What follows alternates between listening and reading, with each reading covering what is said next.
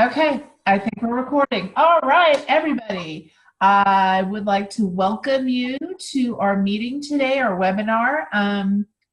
What we're going to talk about today is aligning the problem, purpose, research questions, your hypotheses, your framework, your population, and your methodology, which sounds like a lot. So the reason we're doing this is,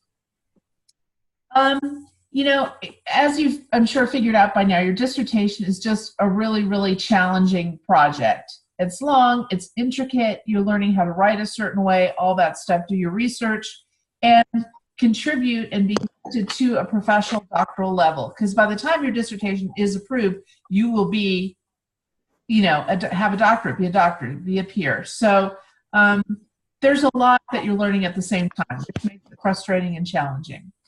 And the reason what we're looking at today is alignment, because sometimes you guys have all heard the expression like looking at the forest and the trees or the parts and then the big picture and all of that. And the thing with the dissertation is you have this wonderful division of milestones. And the milestones are really helpful. You know, you do milestone 1 and then you go to milestone 2 and then this gets approved and that gets approved. But you really kind of have to have the whole project in mind, or at least try to understand what the whole thing is, because sometimes or often you'll do a milestone, you'll follow the instructions or think you follow the instructions or think you know what we mean, and we look at it and we send it back to you and you're like, but I just did what you asked me to, now it's something different. And the reason is we've taken this big project and kind of divided it into parts, but there's also the big picture kind of point of view. And you don't have the big picture point of view right now. We do, okay? So the chair does, everyone who's going to be on your committee, the people that approve it, because they've written a dissertation. And I understand why students get frustrated. That's totally normal. I do too. That's why, okay? So does that make sense to everybody? It's really hard to just, you know, teach something that is organic and whole, and you're putting it into linear parts, but the linear parts, the whole is more than that, okay? So what we're kind of going to look at today is taking a look at it from more of the global perspective of the project. And it's not like you have to know or understand everything right now, but it's just to get you thinking or seeing things a certain way. And of course, we're going to keep this and upload it to the classroom. So even if you want to look at it again 2 or 3 months from now, you'll have the slides and it'll make more sense, or it'll be different than it does today, okay? So that's what we're going to do. So one of the critical factors, or one of the things we're seeing, by the way, I am in the process of grading all your work. I hope to be done by tomorrow, whoever submitted projects, is that you come up with a project or a research idea. It's supposed to be supported by research. It's a gap in literature. It's going to add something professionally. It's going to do all this stuff. But, you know, it's hard to have all the pieces in mind. Who are you going to interview? How are you going to get the interview? How are you going to process it? How are you going to find out themes? What kind are you doing, quantitative or qualitative, and what really fits? So hopefully some of this will give you something. So, aligning problem, purpose, research questions, hypothesis, framework, population, and methodology. A mouthful. Okay. So, one of the things that we need to talk about often is, and I know you've seen feedback on this, is having current articles that you're citing in your research. And basically, there's a rule of thumb. It's not a hard and fast rule you're going to find, but it's a rule of thumb that 85% of your references of the entire dissertation need to be within 5 years of graduation. So if it's 2018 and you're just starting your dissertation, you can probably bet you're not going to graduate till 2019, right? So you would be going back, you know, 5 years from 2019. So 2019, 18, 17, 16, 15. So ideally, you would have most of your references being 2015 and more recent. And this is why when you guys come with a problem statement or purpose, and you have 3 or 4 references in there and it's 2013, I'm like, this is too old. Because by 2019, it's going to be 6 years old. When you graduate and you have some new piece of literature and research, you might want to have it published, you might want to speak, and you're like, oh yeah, I'm basing it on 2012 or 2013 data. And they're like, this is 2019, 2020, who cares, right? So that's why more current is always better. So try to get as new references and resources and journal articles as possible. Make sense? Yes? Yes. Yes, good. So when you're doing this prospectus, which is kind of what your paper, this is just going to be kind of like outlined a little bit better because we have things broken into milestones, and then it's called a concept paper, but then when you put the chapters together, it kind of does this, and it's called a prospectus. But you have your problem statement, your purpose statement, the nature of the study, your research questions, your hypothesis if it's quantitative, a theoretical or a conceptual framework, why you're doing the study, and references in APA format. So I'm just going to touch on the idea of APA formatting. If you guys haven't really kind of come to this, it has to be absolutely perfect by your finished dissertation. I mean, I have things almost being ready for approval, and then by the end, if everything's okay, there's me, there's a committee person, and then the final people are like looking at this stuff going, there's an extra space. I had somebody kicked back because in the APA reference section, they used a dash instead of a hyphen. And it's like, I would have never even caught that, but one of them is longer than the other. So it gets to be very, very nitpicky and very perfect in the APA formatting. So just, kind of work to learn it and improve as you go along. By the end, it'll be easy. You'll know it. So just go to the, I'll Purdue reference or get to the book and just double check it. I know some libraries and some books have these like APA WYSIWYG tools. That's really for MBA level. It's not for professional doctoral level. Professional doctoral is really like the highest standard there is. Okay. All right, so problem statement. We've been talking about this a little bit, and just in review, you want to have it around 150 words, maybe 2. You want to have like a hook with a citation, an anchor, and the anchor is usually the second sentence, which has some kind of data, statistic, population, number, a general business problem, and a specific business problem. And, if you can get it into 4 sentences, that's amazing. It's hard to do that, but it's a good way to do it. And remember, you want to have, with the hook and the anchor, which is generally where you have your cited, the first 2 sentences, you absolutely want it to be as new as possible. So if you've got 2016, 2015, 2017, citations, that's fantastic. Closer as possible. In your business problems, your general and your specific, you do not put a citation. Okay? So a lot of people send me their business problems with the citation in it. You have to have it without a citation because your business problem and your specific problem is one that you've derived out of your own original thinking from the research that you've done. It's not citing somebody else. It's not like Smith said that there's pay inequality between women and men or something like that. Well, just because Smith said it, that's not how you're getting your problem. You want a specific problem that you're getting from the research you've done and all the reviews that you've done, where you're finding a very specific niche and a very specific problem, general and specific, that is business-oriented, that hasn't really been studied before. Okay? So you want to really get into something specific and new and original and innovative and fun and all of that. So all 4 components of the problem statement must flow in a line. And one of the terms that you're going to be hearing a lot of is alignment. And the reason is, the dissertation is a huge document. By the time it's done, it's going to be whatever it is, 150 pages, 200 pages. And nothing can be out of alignment with each other. So you're going to have the hook with the citation, which is your wow statement, your anchor with a citation and a statistic or a number, a general business problem and a specific business problem. They should be contradicting each other, okay? So they all have to flow and be going into the same direction, and you also want to state everything the same way. So let me think of an example. I had somebody was talking about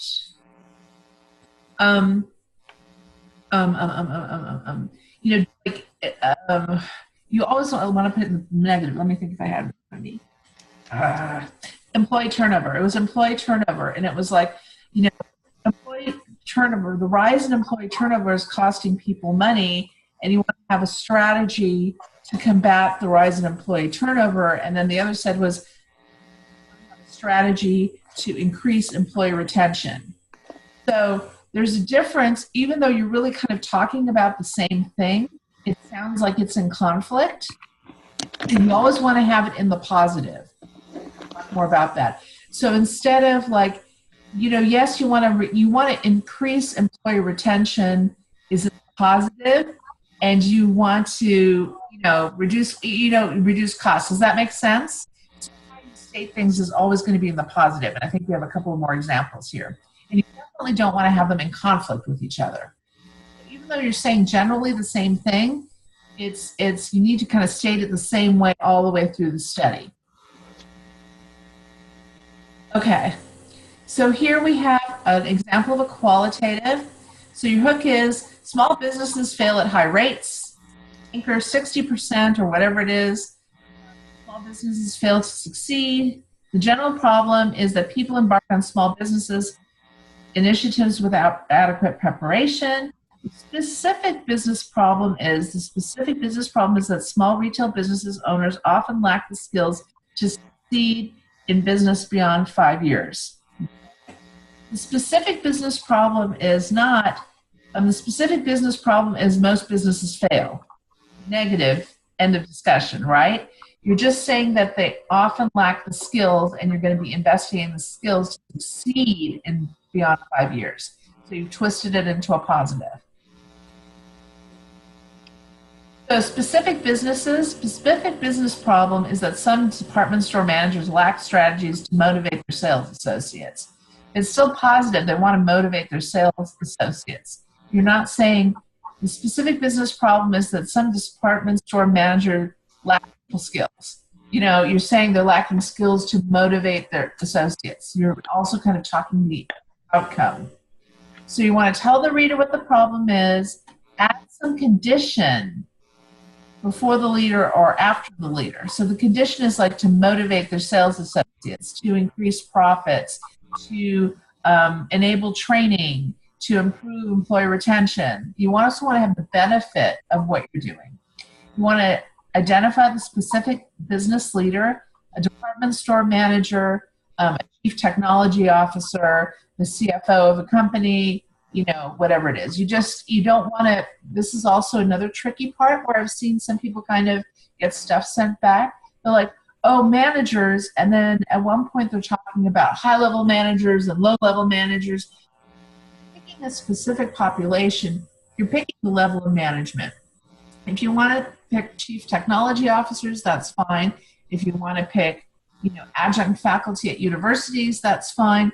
But it's not comparing apples to apples if you're interviewing, the president of a company or presidents of companies and entry-level employees. I mean, they're two totally different things. They're going to have totally different what's going on. They're not really peers. So the way it's going to be addressed as a problem, it's going to be very difficult. It's going to make it more than one problem. Make it as simple as possible so we don't have that famous 500-page or 1,000-page dissertation. Okay? So you really want to identify the level of business leadership you're looking for. So if it's new college graduates, that's great, but that's all you're going to be talking to. If it's going to be human resource directors, that's great. That's what you want. But you're not, or a human resource department because it's specific to your problem. But you're not in general going to have high-level employees and low-level employees. You're not going to interview the janitor and the CFO and for the same problem, right? You want to get some kind of an idea. So for example, my dissertation, I did virtual leadership skills, and I wanted to have virtual leaders, people that ran teams that managed people online for at least 5 years, okay? And I went to a LinkedIn group and I found the people, and those were the people I did it. But because what was important was that they were leaders and they had been leading for at least 5 years and they were leading teams and projects online, it didn't really matter if they were a director of human resources or a chief technology officer, because the commonality was that they were working and leading online and leading projects and having 5 years experience. So you can define it that way as well. Okay?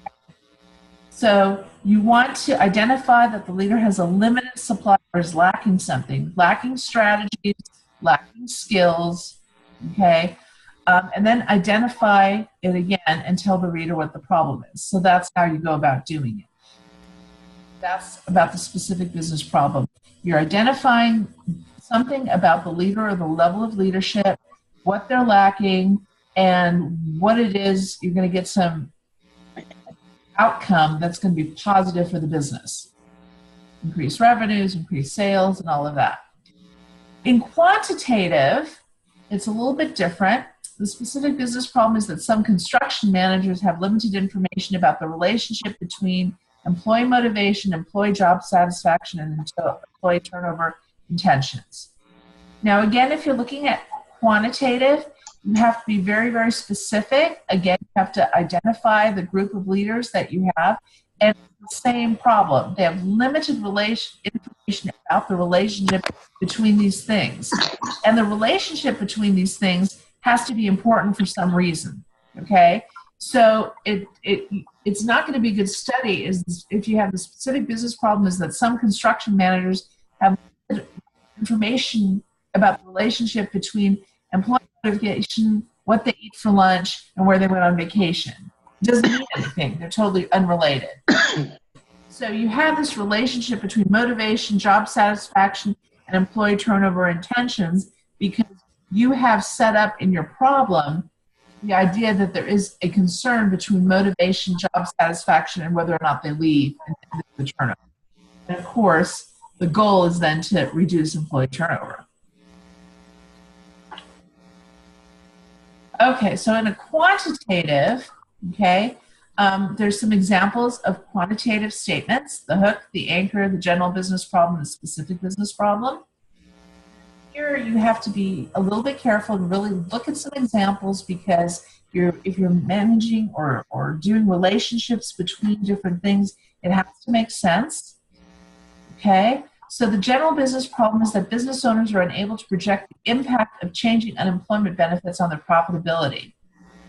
The specific business problem is that small business owners do not have a predictive model for understanding the relationship between fluctuating unemployment benefits, business size, and business profitability. Okay. So your technical understanding in a quantitative study has to be at a higher level as far as measurement than with a qualitative. With a qualitative, it's more like you're gathering information, sorry about that, that you're trying to learn something about and not really measuring relationships between different parts, okay? So again, if you're looking at unemployment benefits, business size, and business profitability, you're going to have to come up with ranges, right? Fluctuating unemployment benefits, what does that mean? What is the range that fluctuate? Business size, you're going to have to categorize small business, medium business, large business. Business profitability, how are you going to express that so it can be managed or mathematically kind of measured against each other so it's a valid measurement. So all of those things are going into this. So quantitative does need a little bit more research work going in to make sure if you're doing this type of measurement study that it makes sense. Okay. A lot of people do qualitative because usually is something where you gather, have open-ended questions, you gather information, you can develop some strategies, but you also are uncovering new information you might not know. And if you do something that is emerging or is a trend or is a business is moving forward, for example, like I did, virtual leadership, what are the attributes of successful virtual leaders, and I'm interested in learning about strategies that leaders use to manage projects and goals online. Well, they've got the experience and they're telling me that, and there's not that much literature on it, right? I'm going out and trying to get some new data and new information, okay? So that would be a difference. Problems with problem statements. I've seen this a couple of times, different places, not business focused. Remember, you want to look at the manager, the business leader, the CFO, someone in the business, okay? And I know that it's hard because there are educational and social issues that do impinge on business. We're talking right now, very much, it's in the news, about equal pay for men and women, or men, you know, different places. And when is this really going to happen? And is it a problem everywhere? You know, it is a business issue, but it is also kind of a social issue because it permeates society. So it does really kind of focus into sociology.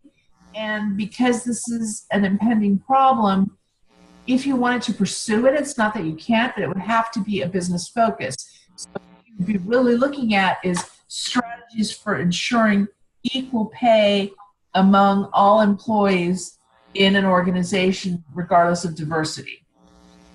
Right? So it's developing a strategy to ensure, but it's not about why do women not make as much as men, and why do, you know, African Americans, whatever, not get promoted as much, and all those kinds of things. A lot of those types of studies have been done, but your goal is to come up with a study where you're going to come out of it and say, I have a strategy of how to ensure equal pay among all your employees regardless. That's how you would approach something like that. Other things that happen with a problem statement is you don't clearly identify the problem. That usually happens in the beginning, and it happens to everybody, where you're bogged down and you're thinking of all this stuff and it's not completely clear in your head yet. So you get it out on your paper and it just kind of like meanders all over the place, or it gets extra long and involves like 4 problems instead of just 1. And that's okay. Just you submit your work, and I can have a conference call with you, and we'll talk about it. We'll kind of like refine it down. Confused with research questions, business problems, what is the relationship between this and that? So again, that's something we can talk about. If you get feedback and it doesn't make sense, or you want to talk to me, we'll schedule a call and we'll work it out on the phone and see to get it. Does not encourage the reader to read further. You know, there's something called bias, where you don't want to have any kind of ideas of what the outcome will be. And beyond bias, sometimes people have problem statements where they kind of feel they know the answer, and they're kind of telling people or predicting the answer, and we have to take those kinds of sentences out because you want the reader to read further. At the end of your study, you will have recommendations and areas for further study that they want to do. So you want to give it like it's an open kind of flowing rock going down a river that's gathering, you know, more and more information as it goes down. Not a data-driven hook. The hook statement does need to have some kind of statistic or number in it, and more than 150 words. I think it's about 150, 200 is kind of the place that we're going with this. So a quantitative purpose statement example, we're talking about purpose now. So the purpose of this quantitative correlational study is to examine the relationship between leadership style, size of business, and gross revenue. You have to name variables. The independent variables are leadership style and the size of the business. The dependent variable is the gross revenue. The targeted population comprises business leaders of microelectronic companies in Southeast United States. The implications for positive social change include the potential to do whatever it does. So here you've got to have these 5 parts: the method, the design, the variables, the population, the geographic location, and the social change state.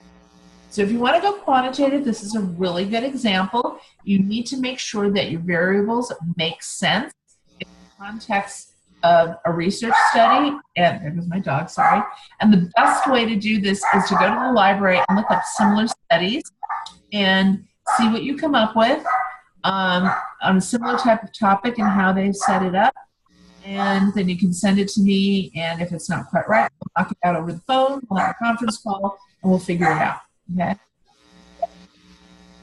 The qualitative case study purpose statements. Okay, this is where you have the open-ended questions and you're not comparing things. This is where you're getting new information on emerging trend or technology or strategy. So the purpose of this qualitative case study is to explore strategies business owners use. Now note strategies. You want to have some kind of outcome. Strategies business owners use to successfully survive in the downsizing of their companies. Target population is comprised of Companies located in the southeast region of the United States who experienced a downsizing of more than 20% of their organizational personnel within the past 12 months. Positive social change includes the potential to go out to dinner more often or whatever it is, okay? So here you have method, design, population, geographic location, and social change, okay? So notice that the way this is stated, companies who experienced a downsizing of more than 20% within the past 12 months. You're giving a finite percentage and a finite time, so it makes sense. You're also creating a strategy, and again, knock this in everybody's head. The reason is you want to come up with a strategy at the end, so you pretend you're $1 million consultant while you're doing this, and I can go to all these companies and say, I have strategies that will allow you to survive in downsizing of their companies. I've done this study. This is what I've done. And it's very clear and concise. And you can take this stuff pretty much, make marketing materials, publish a study, publish something else, a journal article. You can go speak, you can write a book, you can do all this stuff. But that's kind of the idea. So even though it is a research study, in business, part of the packaging is so you can come out and have something you can take and bring to other companies, okay? So qualitative phenomenological. Most people don't do phenomenological because you have to be very picky. There's a little picky with approval and making sure. But anyway, for example, the purpose of those qualitative phenomenological studies to explore business owners' perceptions and experiences regarding the downsizing of their companies. Will consist of local business owners in the southeast region of the United States who experienced a downsizing of more than 20% within blah, blah, blah. So it's pretty much the same thing. It's just with phenomenological, you're looking at exploring business owners' perceptions and experiences. And remember, when you do a study, whether it is phenomenological, quantitative, qualitative, whatever it is, you have to keep interviewing people and gathering data until you reach data saturation, okay? Does anybody know what data saturation is? Probably not. Anyway, not a slam. It's just something that usually comes further on down the line. But data saturation is when you've reached a point where you're interviewing people and you're getting no new data. So you actually write your study. Like, for example, I had a leadership study, and I was interviewing online leaders that have been managing teams and groups and managing people online for at least 5 years. And I had this online SurveyMonkey or whatever company it is, and I had a beautiful survey up there, and it gathered the results, and it's nice now because if you do it that way, they give you graphs and charts, which makes it a lot easier to go and like plug it in. And what was interesting about it was I reached a point where I started getting the same information over and over again, and I interviewed 50 people. I guessed it would be 50, and I think I stopped with 53 or 55. So if you're still getting new information at 50, you have to keep going. Whatever your population size is, if you're going to interview 10 people or 20 people, you need to keep going until you get no new information, until you hear repeats. Because if you're still getting new information, you have to fully explored or exhausted the topic. So what happens when you go to IRB and get all your stuff done for how you're going to conduct the study and you get IRB approval, you say something like, I'm doing this qualitative study. I anticipate that I will reach data saturation when I interview 30 people, or I'm planning on interviewing 30 people, but we'll continue until I reach data saturation, okay? So do understand that you are going to plan the study and you maybe have a number in mind of people you want to interview, 10 people, 20 people, 50 people, but you will have to keep going until you get no new information, okay? So conceptualizing the big picture, that's our thing today. You want to have alignment between the specific business problem, the research question, and the first sentence of the purpose statement, okay? The purpose of every study is to answer the research question. So there's always going to be a big overarching research question, and then there's going to be these 10 interview questions or whatever it is that you have under there. Okay? They have to align. Okay? So one does not say, I'm going to look at trends in employee turnover, and then the other one is going to say, I want to increase profits by retaining employees and reducing hiring costs. You might be approaching the same topic, But if you say it differently, you're doing slightly different things. So they have to align, align, align. Alignment, make sure that your problem statement, specific problem, purpose statement, and research question align. Enhance the alignment with the specific business problem, research question, and first sentence of the purpose statement together on a blank document, so that you're using the same words, okay? Because remember, a lot of people are going to read this, and the simpler you make it for the people who are approving this, the faster you're going to go through. So, you know, if it's the same language all the way through for these sections, people will understand it. They won't be like, oh, is this the same as this? Let me go back and check. No, are they saying the same thing? I'm not sure it's aligning correctly, and so forth.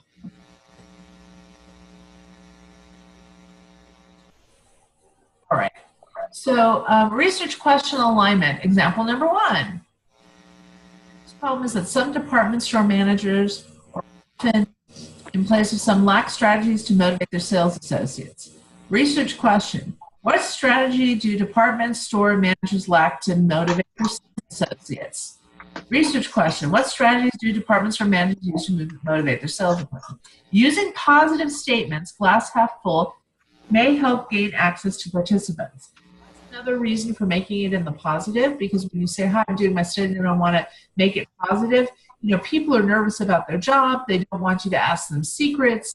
They want to make sure you ensure their anonymity. And they also want it to be positive. I'm going to come up with some great strategies. Your input will really help me. You can always offer to share the data results at the end. But notice that it's exactly the same language. You say some departments, store managers everywhere. You don't say some departments, store managers, and then say store leaders, okay? You're going to use the exact same title all the way through your study, so everybody, when they're reading it, knows it's the same group of people, okay? Lack strategies. So it's always going to be lack strategies, okay? Strategies, do they lack? You don't want to have lack education, lack strategies, lack knowledge, lack this. If it's lack strategies one place, it's lack strategies everywhere, okay?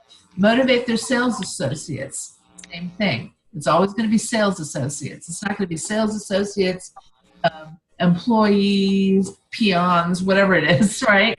You know, people I manage. If it's sales associates one place, you call sales associates all the way through. It's for consistency, it's for alignment, and it's for clarity and understanding. So aligning the purpose statement to the problem statement and the research question.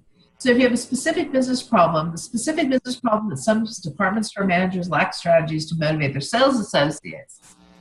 Question, what strategies do department store managers use to motivate their sales associates? The first sentence of the purpose statement. The purpose of this qualitative or quantitative, whatever, study will be to explore the strategies department store managers use to motivate their sales associates. Okay, so really clear, but just make sure you use the same language all the way through. Make sense? Yes? Yes. You guys still there? Yeah. Yeah. Yeah. I just need to know I'm talking to someone. Okay, super. Okay. So, example number 2. The specific business problem is some manufacturing frontline supervisors lack conflict resolution skills. What conflict resolution skills do manufacturing frontline supervisors lack? What conflict resolution skills do manufacturing frontline supervisors use?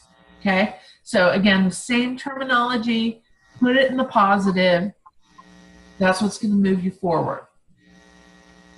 Aligning the purpose statement to the problem statement. Number 2, the specific business problem that manufacturing frontline supervisors lack conflict resolution. So same thing, conflict resolution, manufacturing frontline supervisors, okay? So I will post these slides on top of the recording so you have them, so that when you're putting your stuff together, you can check it. So specific business problem, aligning. Business problem, small retail businesses often lack the skills to succeed in business beyond 5 years. Small retail business owners use to succeed in business beyond 5 years. The purpose of this qualitative explorative case study is to determine what skills small retail owners use to succeed in business beyond 5 years. So super easy, right? Okay, so, but the thing is, because it's in different milestones and different parts, It might not necessarily be explained that way, but it makes sense, right? There's a congruency that's going all the way down, so we know we're talking about the same thing exactly. Quantitative example, specific business problems. Some construction managers have limited information about the relationship between employee motivation, employee job satisfaction, and employee turnover intentions. Question, what is the relationship between employee motivation, employee job satisfaction, and employee turnover intentions? One more thing here. Notice that the order of the terminology is the same. Motivation, satisfaction, turnover. Motivation, satisfaction, turnover. Motivation, satisfaction, turnover. Don't flip these around. Keep them in the same order throughout the whole study. Okay?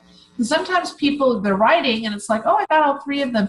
Don't flip the order. Keep the same phrase so everybody knows it's the same thing going down all the way through the whole 150-page thing. Okay? Keeps it easy for everybody. And it doesn't get it kicked back.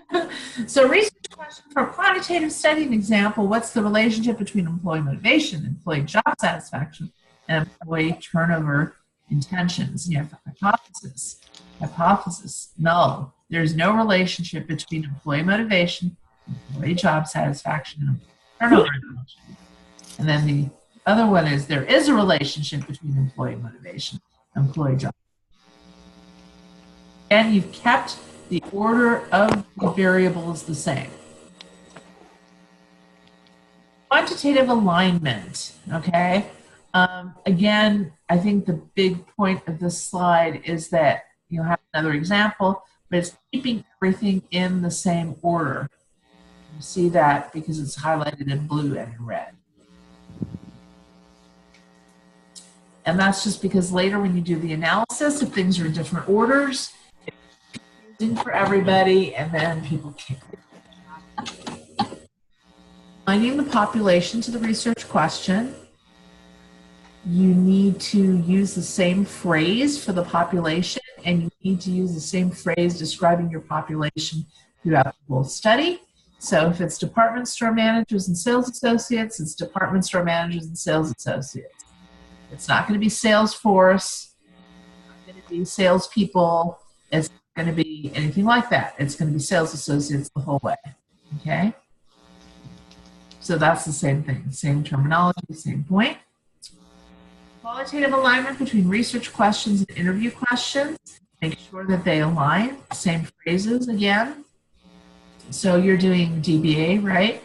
So what's happening in your qualitative business? PhD is more research-oriented, what should be happening, not much difference. Writing qualitative interview questions, and these are open-ended, okay? You don't want to have any yes questions in your interview questions. So a research question would be, what strategies do department store managers use to motivate their sales associates? You guys are DBA, so you're up here, you want to stay away from theory. You want applied, because you're actually doing applied strategy. What strategies have you used to motivate your sales associates? What methods did you work on best to motivate your sales associates? How do sales associates respond to different motivation techniques? So notice you will always, if you're, interviewing the department store managers, you're using the word strategies, motivate, and sales associates, right?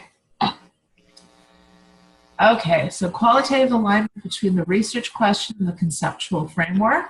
Does anybody know what the conceptual framework is? I don't remember. No, okay.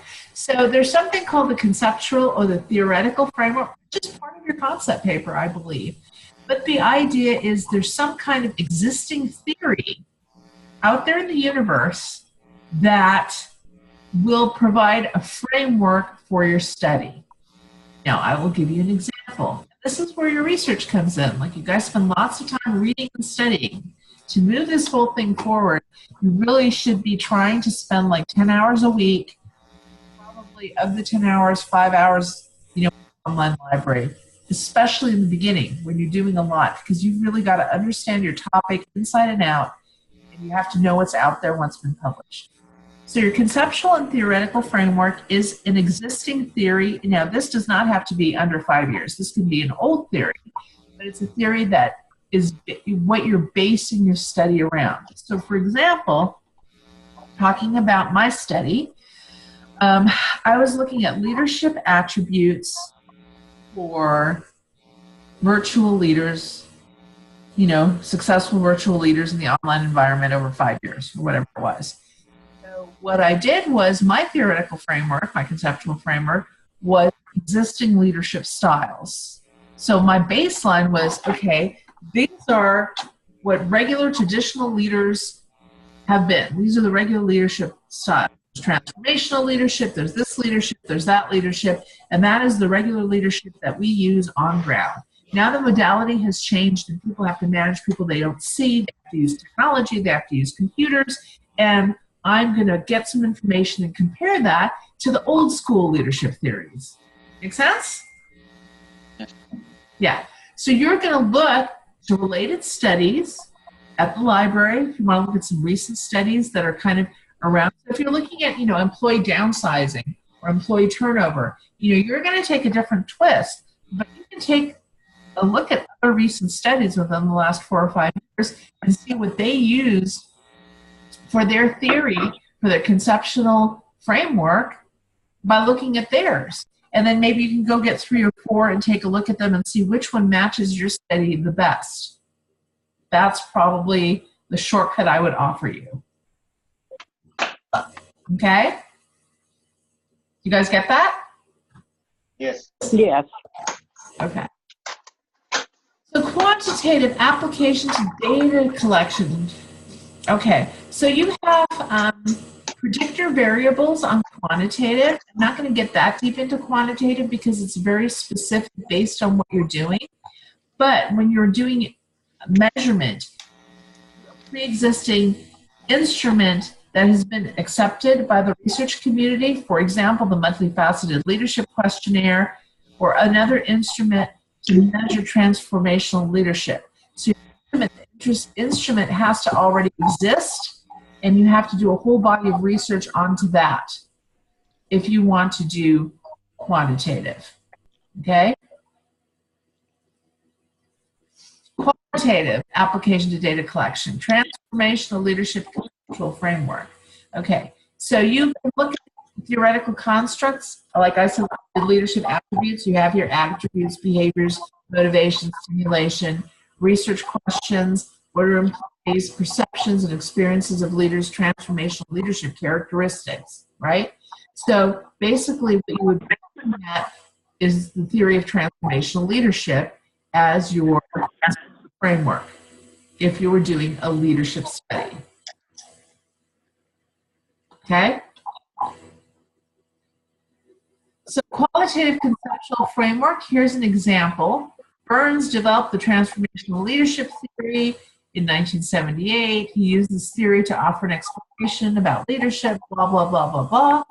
Okay? And then that's what you would be using for your conceptual model. It is an existing theory. It can be old on the topic that will mesh with your topic. Okay? You're using it as a framework for your study. Dr. Liz, are you going to post this? Yeah. Wonderful. Thank you. No, I expected you to remember it all off the top of my head. I know, I'm teasing. I told you guys, it's a lot, you know, but I think it kind of helps just to see how the parts fit together, because if you go milestone by milestone, you kind of don't get the big picture. And like I said, I'm going to post the slides and I'm going to post the recording, and that way you can always refer back to it as you get to the next section. And it makes it easier, because then you're like, oh, I'm doing this part, and how to, you know. Okay, so significance of the study. Why is your study important? You want to justify why the study is of value to business. So usually is the study is important or is of value to the practice of business because, you know, it is a new it will uncover information to develop new strategies to reduce employee turnover or to improve leadership or whatever it is that you're doing. Okay? How will this contribute to professional practitioner application? This contributes to the professional and professional application because managers can implement this in their organization and increase employee motivation or whatever it is. What is implication for social change? The implication for positive social change includes the potential to reduce unemployment, increase motivation, grow the company, get new jobs, whatever it is. But don't put like, if another thing, understand the scope of your study. This is just a minuscule little thing in the whole field of business. So sometimes I get these like overarching type of things, and there's nothing wrong with it because people know, they feel like they have to say this. It's not going to be with profitability strategies and branding and marketing and using social media. Businesses will increase their sales, which will increase employment and end homelessness in the United States. Your study is probably not going to end homelessness or world hunger or, any huge population problem. It's not going to resolve, even if you learn how to develop a strategy for implementing equal pay for everybody in an organization. It's not going to solve the problem in the entire United States or the entire world, right? It's just you're going to offer a strategy that other businesses can use and perhaps have this benefit, may have this benefit. Important, you always say may. It may help promote equal pay among all individuals in an organization that have similar jobs. You never want to say it will do this, it may do this, because you're not the one implementing it. You can give the best plan to some leader and they can completely screw it up, right? You don't want them to come. You said that it would do this. I said it may do this, okay? Determine the most effective method in design. So the research question determines the research methodology, okay? So qualitative research, how can one best access the population, data saturation, and all of that? So those are things you want to consider. So again, qualitative is going to be this open-ended kind of exploratory learning where you're trying to come up with some sort of strategy and information that an organization can take and make it better. Quantitative is more like a measurement. You're trying to see, is there a relationship between the size of the organization and employee turnover in this industry or something like that. You will have to do more complicated statistics with quantitative. And from a marketing point of view, when you get out of school, there's probably going to be more people that are going to be interested in hiring you if you have like a qualitative study where you developed a strategy than if you said, I just wanted to measure the relationship between social media and clicks. And I mean, there is a place for that, but it's not something that's going to be as fluid. So really think about what you want to do. I'm not encouraging you one way or the other. It's just, if you're going quantitative, you really need to know what you're doing and what it's going to serve you all the way through, because you don't want to write half the study and then say, wow, I should have done qualitative. It would have been so much easier, right? So really, really think this through. All right, nature of the study. Okay, so this is where you kind of justify why you're using a certain design. I'm going to use a case study. I'm going to use phenomenological. I'm going to use correlation. I'm going to use experimental.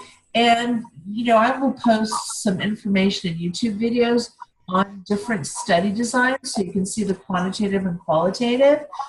Many people do qualitative multiple case study because it is probably the simplest and most straightforward.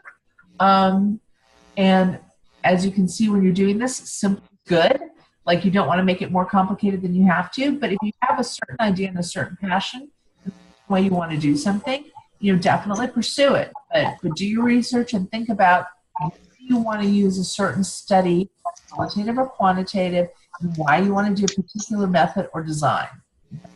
So the method is quantitative or qualitative. It's called the method. You will need to know this when you do oral exams. And the design is correlation, case study, phenomenological, grounded theory, quasi-experimental, etc. Okay? So the other thing to also remember to learn is the distinction between a method and a design. in research? Because everybody gets asked that. Do you guys have any questions?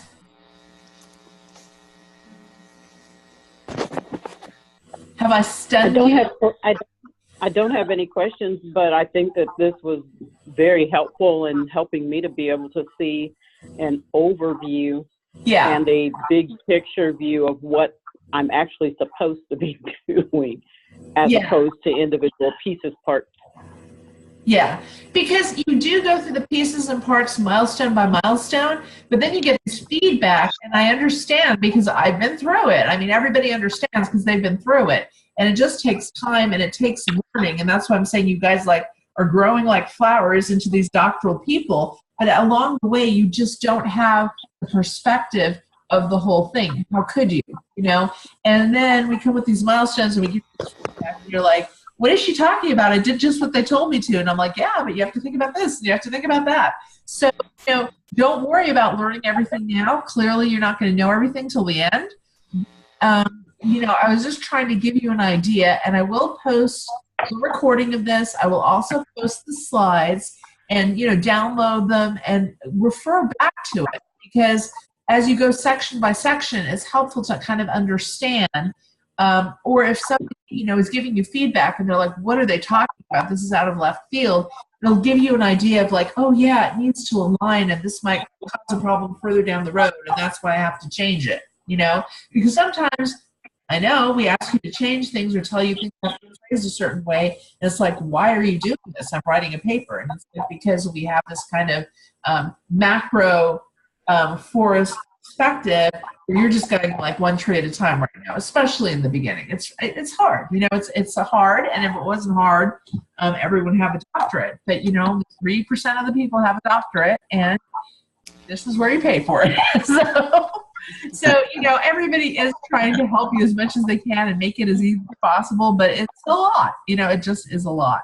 So if there aren't any more questions, I'm going to end the recording. I will post the recording as well as the slides separately to the course room. And I will finish grade. If you've submitted any papers, I will finish getting them back to you hopefully all tomorrow.